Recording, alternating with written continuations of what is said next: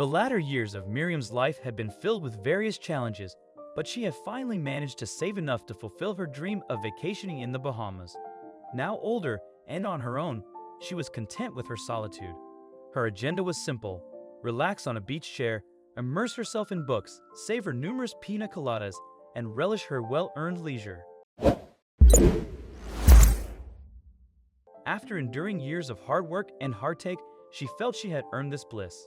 As the airport shuttle brought her to her hotel, she eagerly alighted, greeted by the refreshing ocean breeze and the lively sounds of tourists and music. "Ah, this is the life," she exclaimed, beaming as she spread her arms wide in embrace of the moment. "Welcome to the Ocean Club. Let me take your things." A hotel employee came and took her bags. "Thank you, young man," Miriam responded, crinkling her eyes and reaching into her purse for some cash to tip.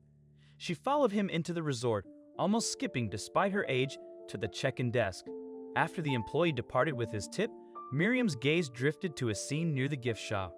A couple was examining the items in the window display. It wasn't an unusual sight, but what captivated her was their uncanny resemblance to her daughter, Pamela, and her husband, Frank. However, this seemed impossible since they had both passed away 5 years earlier. The loss had been devastating, and Miriam had struggled immensely, which made this vacation all the more crucial for her. It was a step towards moving on after a long period of mourning. "Ma'am, are you checking in? Can you tell me your full name?" The hotel clerk interrupted her thoughts, and she momentarily turned away. "Do you know that couple's name?"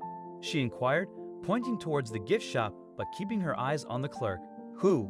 When Miriam looked back, she saw the couple leaving the hotel. Determined not to lose sight of them, she quickly pushed her bags towards the desk.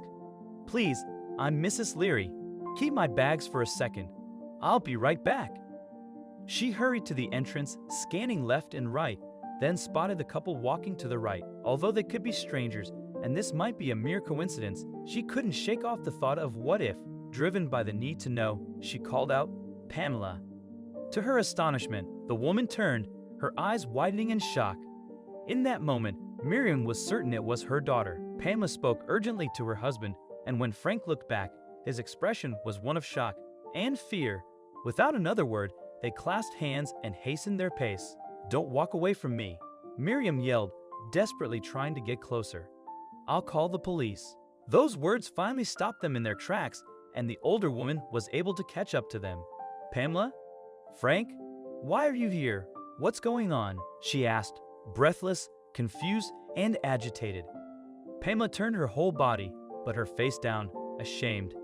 "Hey, Mom," she whispered. Frank said nothing, but his eyes were also looking at the floor. They were like two kids who had just gotten caught in a prank. "Well, are you going to say anything?" Miriam demanded, her feelings turning from wanting to cry to indignation. Their guilt was confusing, but her instincts told her they had done something. "I think it's best we go back to the hotel and talk," Frank requested quietly. Miriam looked between them and nodded firmly. "Oak, out with it, and I want the truth.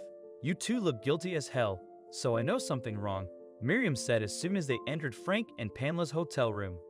"Mom, please calm down," her daughter coaxed.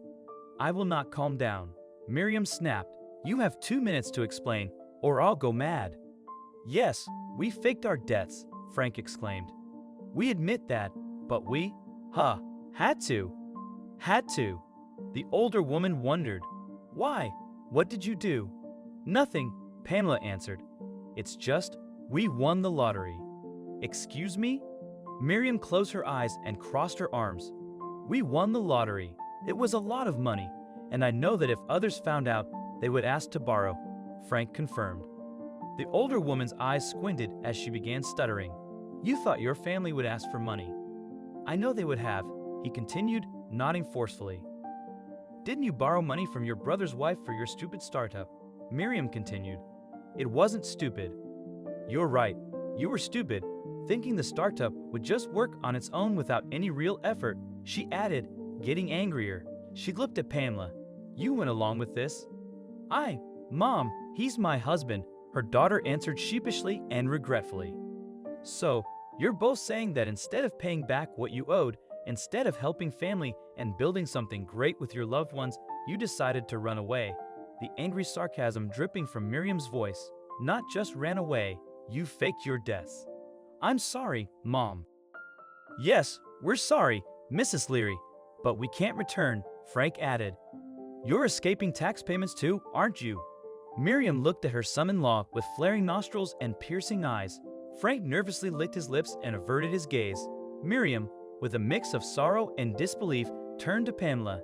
You accepted all of this, not caring how it would destroy everyone, how it would affect me. You could have kept the money a secret. This is ridiculous. Mom, Pamela pleaded, her voice tinged with desperation. The weight of her disappointment sapped Miriam's strength. You're both cowards and frauds and cheats. Pamela, I'll give you one chance to come back home with me, right your wrongs, and pay your penance. I can't. Yes, you can. You know this was wrong. I don't care about the money, but doing this to us, to me, it's unforgivable unless you act now to atone for it, Miriam implored, stepping closer to her daughter. Please. She's not going back, declared Frank, his voice now devoid of guilt. Our lives are great now. We have money for the rest of our lives and live well. Pamela, Miriam beseeched, her eyes conveying a silent plea. But Pamela shook her head and looked away, unable to meet her mother's gaze. Where did I go wrong? Miriam lamented. Releasing her daughter's hand, she collected her bag and left the room. Later, she found herself back at the airport, her vacation utterly spoiled. The entire flight home was spent in turmoil, debating whether to involve the authorities. Upon arriving home, Miriam realized she couldn't bring herself to do it. She didn't want to see her daughter entangled in legal troubles, hoping instead that Pamela would choose to make amends on her own terms. In her silence, Miriam left the door ajar for her daughter, extending an olive branch. But Pamela never accepted the gesture.